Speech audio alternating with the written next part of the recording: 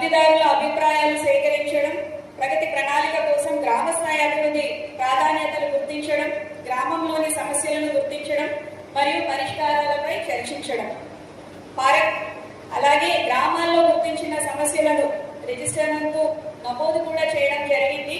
నేను ఆల్రెడీ ఇదివరకు చెప్పాను, విలేజ్ లెవెల్లో, మండల్ లెవెల్లో మనకి ఏదైతే సమస్యలు వచ్చాయో మేము అన్ని రికార్డ్ చేసుకున్నాము.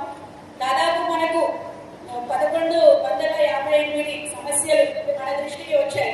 ఇలాగే ఒక చైర్పర్సన్ చెప్పినట్టు వివిధ గ్రామాల్లో మనకి ప్రజల నుంచి వచ్చిన రిక్వెస్ట్ ఇవి 1158. దాంట్లో దాదాపు 70% వరకు పెన్షన్స్ గురించి వచ్చాయి. మిగిలినవన్నీ సీసీ రోడ్స్, డ్రింకింగ్ వాటర్ అలాంటి సమస్యలు వచ్చినందుకు ఎక్సెప్ట్ పెన్షన్స్ మిగిలిన అన్ని సమస్యలు మేము అంటే జిల్లా అధికారుల ద్వారా చేయగలిగిన సమస్యలన్నింటినీ పరిష్కరించాము. పెన్షన్స్ కూడా అన్ని అంటే మీరు ఇచ్చిన అప్లికేషన్స్ డిజిటైజ్ చేస్తున్నాము ప్రజెంట్లీ. నెక్స్ట్ ఎప్పుడు గవర్నమెంట్ అనౌన్స్ చేసినా కానీ కూడా ఆ పెన్షన్స్ అన్ని కూడా రావడానికి 12,000 మంది వెయిటింగ్ లో ఉన్నారు మన జిల్లాలో. వాళ్ళందరికీ కూడా పారదర్శకంగా మేము ప్రయారిటీ వైజ్ కూడా పెన్షన్స్ ఇవ్వడానికి సిద్ధంగా ఉన్నాము.